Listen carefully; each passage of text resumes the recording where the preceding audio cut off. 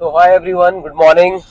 आज good morning इसलिए बोल रहा हूँ क्योंकि आज सुबह से निकल गए हैं और जैसा कि आपको अपडेट दिया हुआ है पहले से कि शोभा का लॉन्च है ग्रेटर नोएडा सेक्टर 36 के अंदर, जो कि बहुत अच्छा लॉन्च होने वाला है। जिस तरह के उसके अपडेट्स आ रहे हैं, जिस तरह के रिस्पॉन्सेज आ रहे हैं मार्केट से, और आप लोगों ने जैसे रिस्पॉन्स भी दिखाया है मेरी पुरानी वीडियो के ऊपर, काफ़ी सारे लोगों ने इंक्वायरीज करी उस पर्टिकुलर प्रोडक्ट के बारे में कि they like to buy, in fact they like to know about the Sobha as well. तो काफी अच्छा डेवलपर है एक तरीके से आप कह सकते हो। आपने उसके अगर किसी ने उनके पुराने प्रोडक्ट देखे हो तो उनको लगेगा कि हाँ, डेवलपर ने काफी अच्छा काम किया हुआ है। बहुत छोटी छोटी चीजें हैं इस डेवलपर के साथ में, प्रिसाइसली जो ये काम किया हुआ है उन्होंने कंस्ट्रक्शंस को लेके आपका, और क्वालिटी के ऊपर इनका ज्यादा फोकस होता है इस डेवलपर का।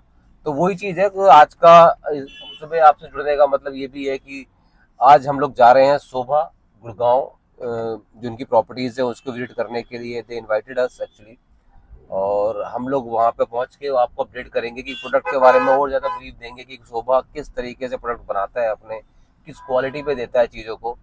तो एक ब्रीफ हम लोगों को दिया जा रहा है, जिस जो हम लोगों को मिलने के बाद में मैं आप लोगों को बताऊंगा।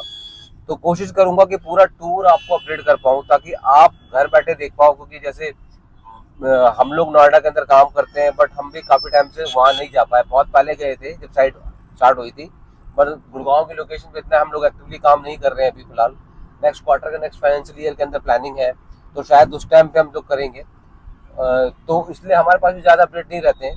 तो बट लेकिन आज हम जा रहे हैं, दोबारा से रिफ्रेश हो जाएंगी वो सारी चीज़ें कि किस तरीके से शोभा बनाता है, क्या क्वालिटी पे कर रहा है और क्या कंस्ट्रक्शन स्टेज है वहाँ की आज की डेट के अंदर पुराने टाइम लाइन से। तो सारा अपडेट आपको मिलेगा उस प्रोडक्ट के रिगार्डिंग, तो मैं दूंगा, आपको दिखाऊंगा सारी चीज़ें। तो कनेक्ट रहिएगा आज की वीडियो के अंदर। और यस, आपको कहूँगा कि जैसे कि आप लोग लगातार सपोर्ट तो कर ही रहे हैं, और भी मैं चाहता हूँ कि प्लीज़ रिक्वेस्ट है कि चैनल को सब्सक्राइब करें, लाइक करें और अपने फीडबैक दें आपको कैसा लग रहा है और किस प्रॉपर्टीज़ और किस तरह की रियल एस्टेट की नॉलेज आप लेना चाहते हैं, तो वो भी हमें बताओ। जितनी कोशिश होगी वो हम आपको बताएंगे। तो चैनल को सब्सक्राइब जरूर करिएगा।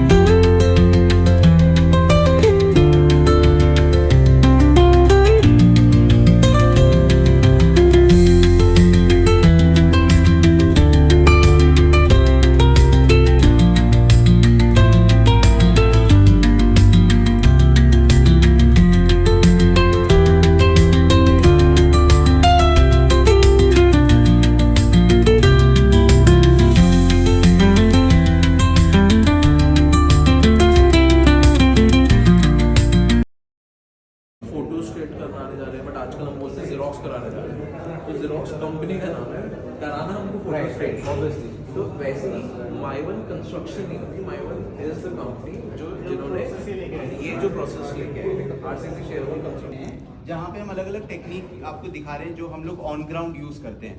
ये एसेंशियली क्लाइंट्स के लिए हम लोगों ने बनाया था, so that to give them an insight into how our construction goes. So हमारी कंस्ट्रक्शन में डिफरेंट क्या है, how are we different let's say from a brand like DLF, Tata, Mahindra, Godrej, is that is first of all we do in-house construction. There is no contractor, no L&T, no Shapoorji Pallonji, no जितने भी अपने नामी builder, नामी contractor सुने, nobody does that for us. We have an in-house team. So how do we operate is that we recruit people from ground level. They go through an academy called Shobha Academy and they get trained in German way of doing construction. German way क्यों use कर रहे हैं? Because Germans when they used to build, the structures used to last very long. They are very prudent ways of construction which has very sophisticated techniques of making sure that the buildings are leak proof and they age very well. Age time के साथ बहुत अच्छी रहती हैं buildings.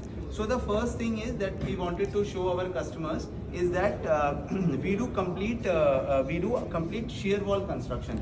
So अगर हमारे पास इस area में जो मेजॉरिटी कस्टमर बेस आ रहा है वो दिल्ली से आता है, और दिल्ली के किस पार्ट से आता है, एक सब सिटी है दिल्ली में, द्वारका करके। अगर आप लोग कभी गए हैं तो द्वारका में 300 हाउसिंग प्रोजेक्ट्स हैं, और वो सारे हाउसिंग प्रोजेक्ट्स जो हैं ग्रुप हाउसिंग प्रोजेक्ट्स हैं, छोटे छोटे 5-5 एकड़ के प्रोजेक्ट्स हैं, जिसमें सारी कॉलम और बीम कंस्ट्रक्शन हुई है।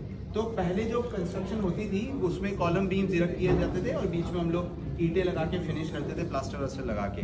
अब प्रॉब्लम क्या है कि ऐसी कंस्ट्रक्शन की जो लाइफ होती है on books it's about 50 years. 50 years के बाद आपको कॉलम्स और बीम्स पे काम करना पड़ता है। सेकंड प्रॉब्लम क्या है, लोग जो घर को ओन करते हैं हर 10 ईयर्स में लोग अपने घर का नक्शा बदल देते हैं, लेआउट बदल देते हैं, उससे स्ट्रक्चरल इंटीग्रिटी वीक होती है। तीसरा प्रॉब्लम क्या है कि बेसमेंट्स नहीं है, बहुत कम प्रोजेक्ट्स में बेसमेंट्स है, बेसमेंट्स तक जाता नहीं है, तो एसेंशियली बिल्डिंग बहुत जल्दी डिटोरिएट होती है और उसकी वजह से प्रॉपर्टी के प्राइसेस कम होते हैं एंड लोग वहाँ पे रहना नहीं चाहते, वो अपग्रेड करते हैं। तो उसका एक सोल्यूशन जो है, जो बेसिक सोल्यूशन है, आप लोगों ने सबने देखा भी होगा, it's RCC shear wall construction. It's also called as Mivan shuttering technique. Mivan एक इंजीनियर का नाम था, जिसने एक कंपनी भी बनाई, उसके थ्रू ये टेक्निक है। इसमें हम लोग सारी वॉल्स प्योर कॉन्क्रीट है, no column, no beam, no bricks. So just remember, no column, no beams, no bricks, there is no 9 inch. ये जो आप जैसे ये बीम देख रहे हैं, ये 9 इंच का कॉलम है, आपके सबके घरों में होगा अगर आप पुराने कंस्ट्रक्शन में रहते हैं तो। यहाँ पर जो दीवारें हैं ये 6 इंच की हैं और बीच में प्योर कंक्रीट है, सीमेंट और सरिया है। ये कैसे प्रोड्यूस होता है, is that what we are shown over here. ये एल्यूमिनियम की कास्ट लगाते हैं हम लोग। ये टेक्निक जो है, इसमें सबसे डिफिकल्ट काम है ये कास्ट बनाना। ये सारे घर का, पूरे घर का, टॉयलेट्स, वॉशरूम्स, बेडरूम्स, आपके ड्राइंग रूम, सबका ये डिज़ाइन इस कास्ट के थ्रू आता है। ये दोनों तरफ लगता है, बीच में आयरन रॉड इरेक्ट होती है, ऊपर से लिक्विड कंक्रीट डाला जाता है, इस पूरे कास्ट में भरा जाता है, एक दिन तक छोड़ते हैं, खोलते हैं तो हमें ऐसी वॉल मिलती है।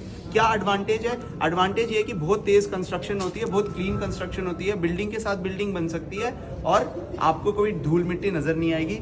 इस पे हमें प्लास्टर करने की जरूरत नहीं है, सीधा पुट्टी करके हम पेंट करते हैं। हमें कम लोगों की जरूरत है, लेकिन हमें स्किल्ड लोगों की जरूरत है। इसके अंदर प्रॉब्लम्स क्या है वो भी आपको समझनी चाहिए। प्रॉब्लम्स ये है कि ये बहुत एक्सपेंसिव पड़ती है। ये जो कास्ट है ये एल्यूमिनियम की बनती है। ये पहले ये इन्वेस्ट करना होता है बिल्डर को, फिर वो आगे बढ़ सकता है। तो ये इनिशियल इन्वेस्टमेंट काफ़ी हैवी है। दूसरा, एक बार ही बन गई तो आप कुछ नहीं कर सकते, इसमें आपको पेंटिंग भी टांगनी है तो आपको मेंटेनेंस को बुलाना पड़ेगा, पावर ड्रिल लेकर आएंगे और इसमें की लगाएंगे। और आप अगर तोड़ने की कोशिश करोगे तो इसको कोर कटिंग कहते हैं, वो आपको सरिया मिलेगा, आपको वो काटना पड़ेगा, जिससे पूरा स्ट्रक्चर वीक होगा। तो इसके फायदे ये हैं कि प्लास्टर करने की जरूरत नहीं है, वॉल काफी थिन बनती है, तो कारपेट एरिया बहुत अच्छा मिलता है और बिल्डिंग की फिनिश बहुत स्मूथ आती है। आप सामने बाहर देख सकते हैं। जितने भी टूल्स यहाँ पे आपको दिखाई, ये इसलिए नहीं क्योंकि ये टूल्स आपको बताने हमें, ये टूल्स सारे जर्मन टूल्स हैं, साइट के अंदर मिलते हैं। साइट के बाहर कोई टूल्स, बाहर के टूल्स अंदर लेकर आप आ नहीं सकते, तो वो रूल है हमारे इधर। तो आपको दिखेगा लोग सेम टूल्स लेकर अंदर आ रहे हैं। एक मीटर मार्किंग टेक्निक भी आपको बनाई है, बहुत डिटेल में नहीं जाऊंगा, आगे बढ़ते हैं। आगे यहाँ पे आपको हम लोगों ने दिखाया कि अंदर जब हम फिनिश करते हैं तो पेंट को बॉन्ड करने के लिए हम लोग ये टेक्सचर, एक ग्रीन कलर का ये एक हम लोगों ने यहाँ पे पीओपी लगाया है, जिससे कि पेंट बहुत अच्छी तरह बॉन्ड हो। नीचे यहाँ सेक्शन में आपको टाइल मार्किंग नजर आएगी कि टाइल हम लोग कैसे लगाते हैं, उसका पैटर्न हम लोग पहले बनाते हैं।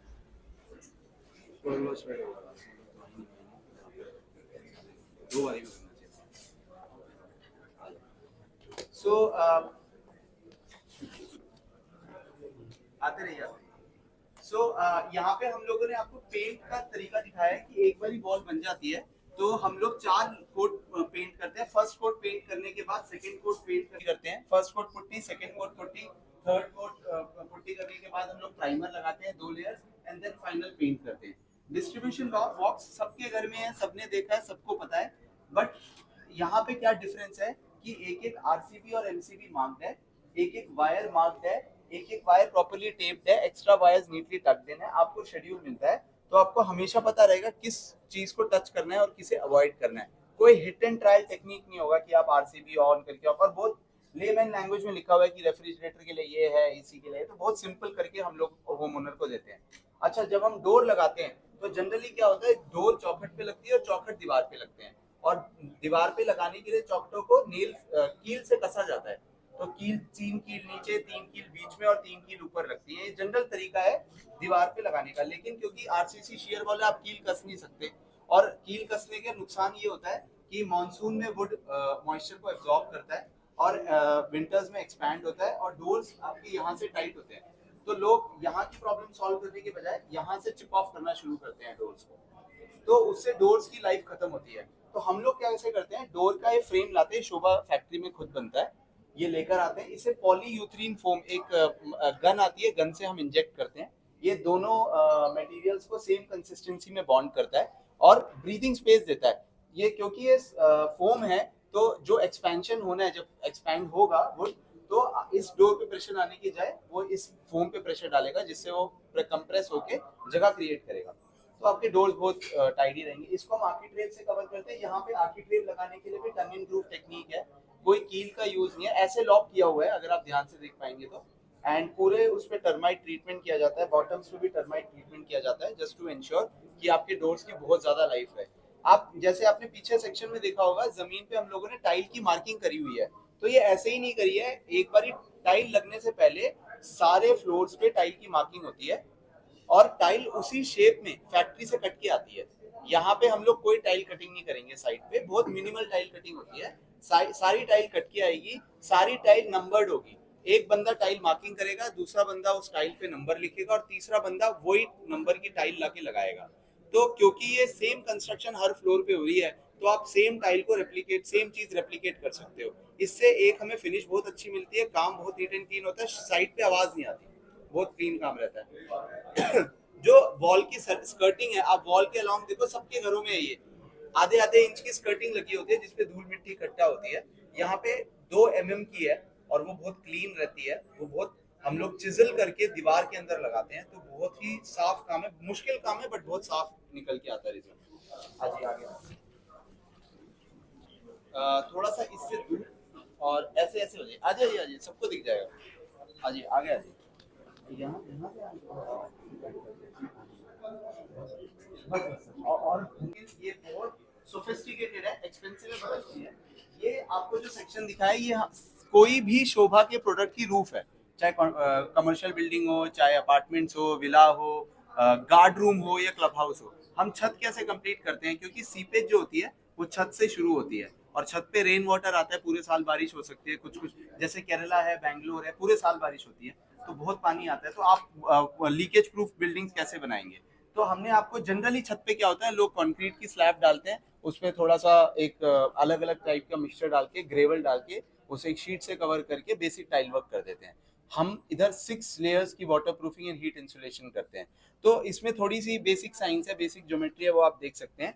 जो कॉर्नर्स हैं उसको खत्म करे गए हैं, सारे कॉर्नर्स में ऐसे हॉन्च किया गया है, ताकि पानी कभी कॉर्नर में इकट्ठा ना हो, क्योंकि जनरली पानी कॉर्नर्स में इकट्ठा होता है। और एक नेचुरल स्लोप दिया गया है हर बिल्डिंग के टॉप पे, 1:200 का स्लोप रहता है, एंड वो सीधा ड्रेन की तरफ पानी को लेकर जाता है। उसके बाद हम एक प्राइमर लगाते हैं, काला पेंट होता है ये। अगर आपकी शेयर वॉल के अंदर छोटे छोटे होल्स बनते हैं तो उसको फिल करने के लिए फिर हम विटामिन शीट, ये रबर की बड़ी मोटी शीट होती है, ये 2 विटामिन शीट को मेल्ट करके एक दूसरे के ऊपर पेस्ट करते हैं। उसके बाद हम पूरी छत को पानी भर के छोड़ देते हैं, उसे हम पॉन्ड टेस्टिंग करते हैं, पॉन्ड बनाते हैं हम लोग। तो हम लोग एक दिन तक छोड़ के देखते हैं कि कोई लीकेज सीपेज तो नहीं हो रही है। वो होने के बाद हम लोग पॉलीस्टेरीन बोर्ड लगाते हैं। पॉलीस्टेरीन बोर्ड दिखेगा आपको थर्मोकॉल जैसा, लेकिन ये बहुत मोटा है, बहुत थिक है, आप छू के भी देख पाएंगे बाद में। बट ये 2 इंच का लगाते हैं हम लोग, ताकि टेम्परेचर डिफरेंस क्रिएट हो। जो शेयर वॉल कंस्ट्रक्शन है, आरसीसी कंस्ट्रक्शन है, इसके अंदर एक और ड्रॉबैक ये है कि ये जो दीवारें हैं बहुत ज़्यादा गर्म होती हैं। तो ये एक प्लास्टर, जो प्लास्टरिंग होती है वो करी इसलिए जाती है क्योंकि प्लास्टर हीट को अलग करती है, बट इन वॉल्स पे प्लास्टर नहीं करते हैं। तो हम लोग हीट को रोकने के लिए पॉलीस्टीरीन बोर्ड का यूज़ करते हैं, ताकि टेम्परेचर ग्रेडियंट बने, ऊपर के फ्लोर ज़्यादा गर्म ना हो, क्योंकि यहाँ नॉर्थ इंडिया में लोग ऊपर के फ्लोर लेने से थोड़ा सा हिचकिचाते हैं। फिर जियो टेक्सटाइल शीट लगाते हैं ताकि उसमें मॉइस्चर ना जाए। फिर स्क्रीड डालते हैं, screed is cement plus water proofing agent, फिर वो हम लोग मिक्स करके डालते हैं। और ऊपर फिर रिफ्लेक्टिव टेराकोटा टाइल डालते हैं, जो 30% हीट लाइट को रिजेक्ट करता है।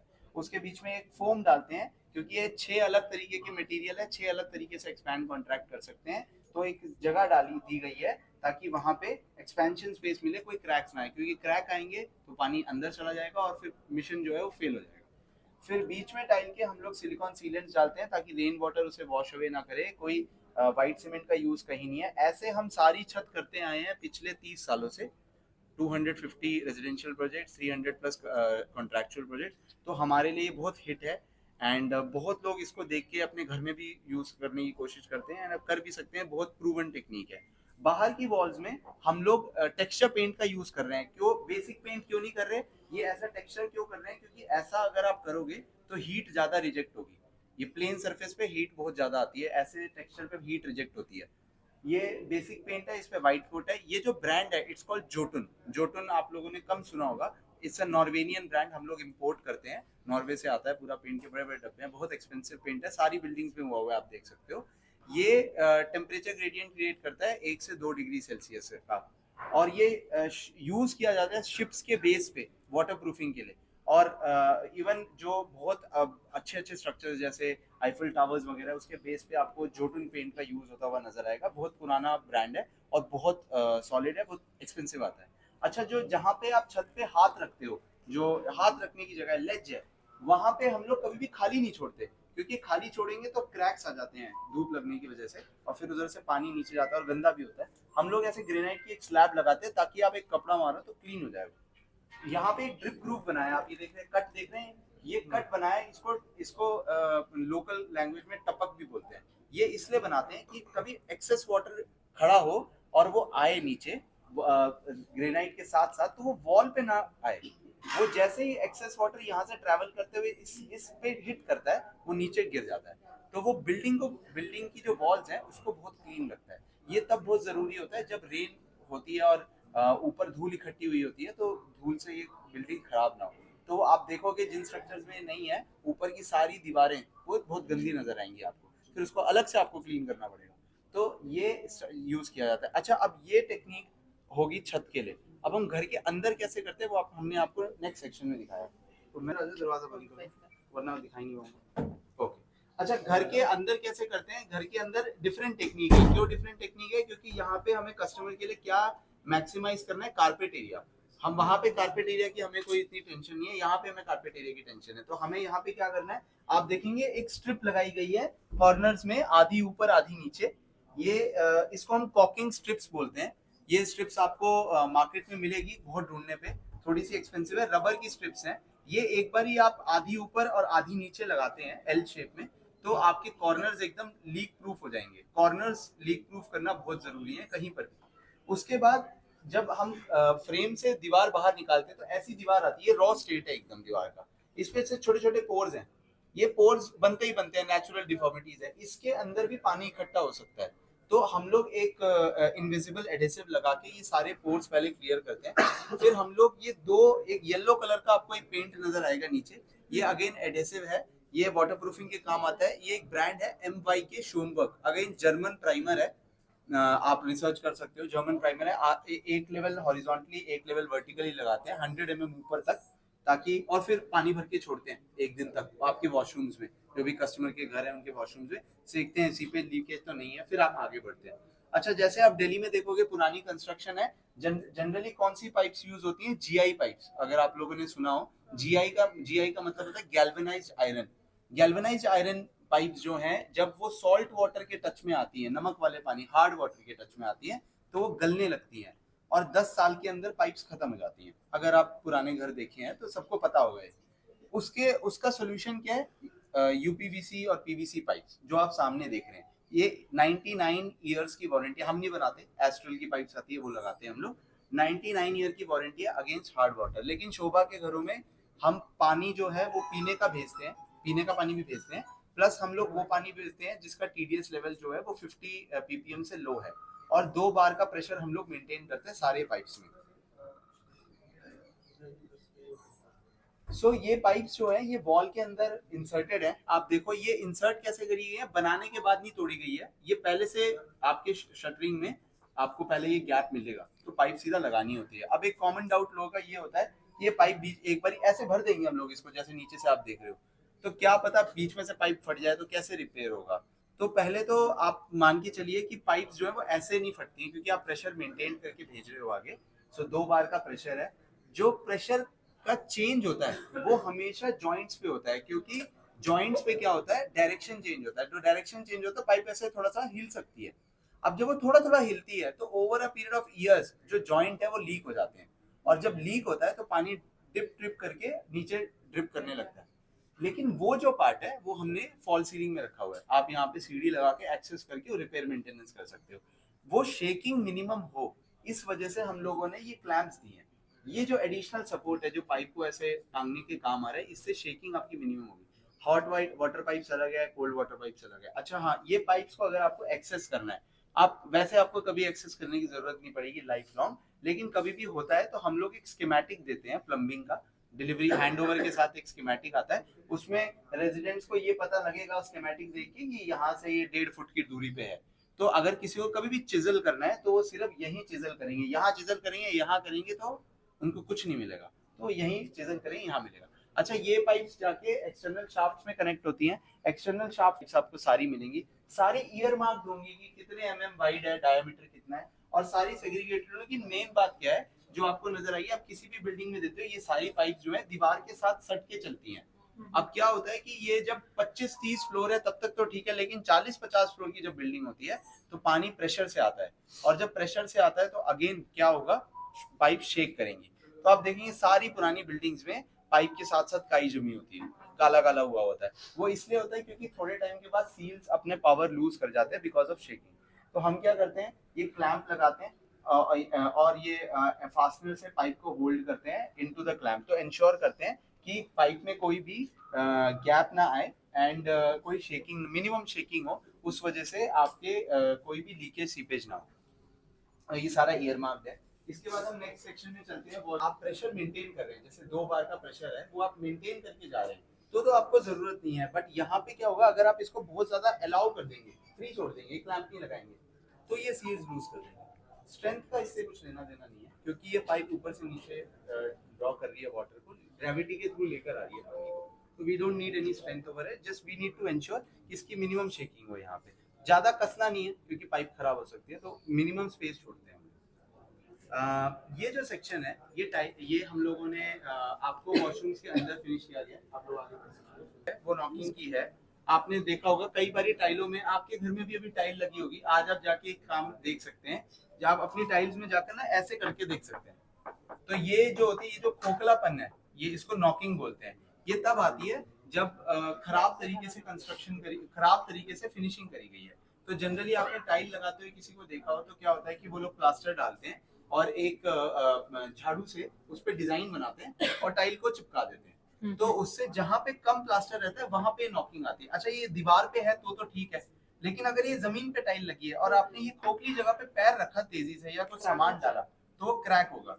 जब क्रैक होगा आप टाइल निकालोगे, और अगर ये स्पेसर आपने नहीं लगाया हुआ है, 2 mm का स्पेस नहीं छोड़ा है, तो सारी टाइल एक साथ सारी निकलती आएंगी, तो आपको सारी टाइल तोड़नी पड़ेगी। ये एक जनरल प्रॉब्लम है, क्योंकि लोग बोलते हैं कि बिल्कुल एज टू एज कनेक्टिंग दे दो, वे क्लीन नजर आए, लेकिन अगर आप टाइल स्पेसिंग नहीं छोड़ोगे और ऐसी कंस्ट्रक्शन होगी तो फिर प्रॉब्लम होगी। तो हम क्या करते हैं, हम लोग ये जर्मन टूल है ट्रोवर का, ये यूज करते हैं। हम लोग ये एडेसिव, ये ऐसे हम लोग पूरा प्लास्टर लगाते हैं, उस पर ये डिजाइन पैटर्न बनाता है। ये पैटर्न के एक ग्रूव बना दिया हमने।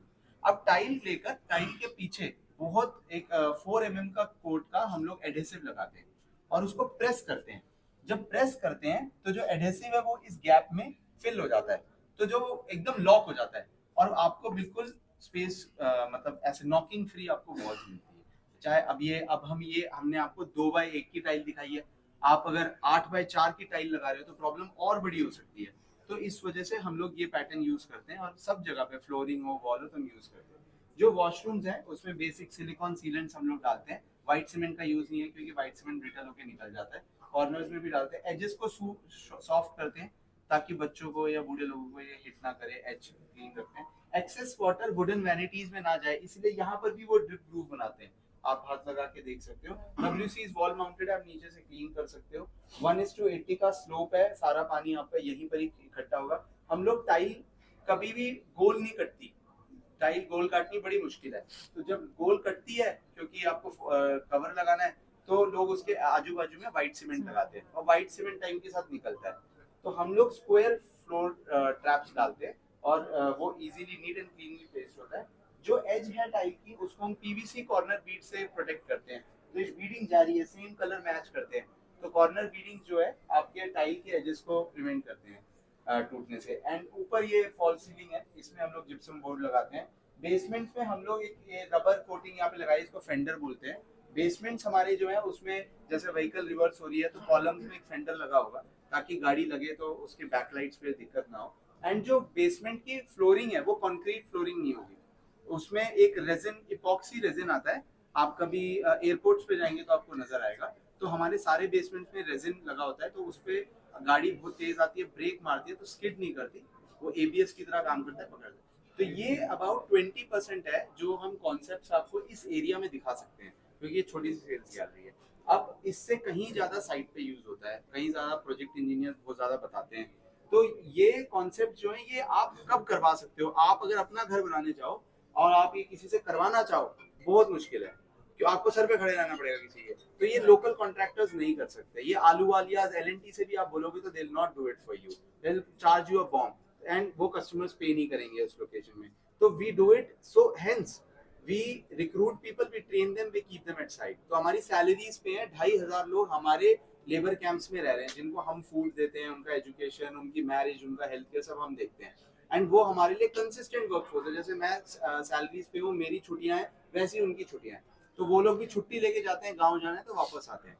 उससे हमें कंसिस्टेंट मिलता है। आपने जो बिल्डिंग, जैसे ये टाइल वर्क यहाँ देखा, वही टाइल वर्क आप बैंगलोर में देखोगे, वही पुणे में देखोगे, वही गिफ्ट सिटी में देखोगे, वही क्वालिटी हर जगह। तो दैट वेज एक स्टैंडर्डाइज चीज आप देख सकते हो, बिल्कुल क्वालिटी कंट्रोल में रहती है। और ये बहुत बड़ा गैप है between us and the best of the best. मतलब जो बेस्ट नाम है वो आप गुड़गांव में ले सकते हो, उनमें और हमारे में बहुत गैप है। और वो जब ग्राउंड पे एग्जीक्यूट होता है तो ग्राउंड में उसके लिए कस्टमर्स आर विलिंग टू पे मोर। तो अभी जब आप नोएडा में जाओगे, नोएडा में करोगे, आपके पास कुछ भी नहीं है दिखाने के लिए शोभा का, तो आपको एक चैलेंज आएगा आप जब कस्टमर्स को बताओगे। तो you have to bring them to this concept, this way how we have done it. और इसका यूट्यूब पे आपको बहुत वीडियोस, बहुत सारा मटेरियल मिल जाएगा जो आप यूज कर सकते हो, प्लस आप किसी को भी फिजिकली यहाँ भी लेकर आ सकते हो, will be ready to. So this was it, we will move towards the main area, वहां आप लोगों को समझ में आया थोड़ा बहुत, and you can head towards it. This one is silicon cement one. Same here. Okay.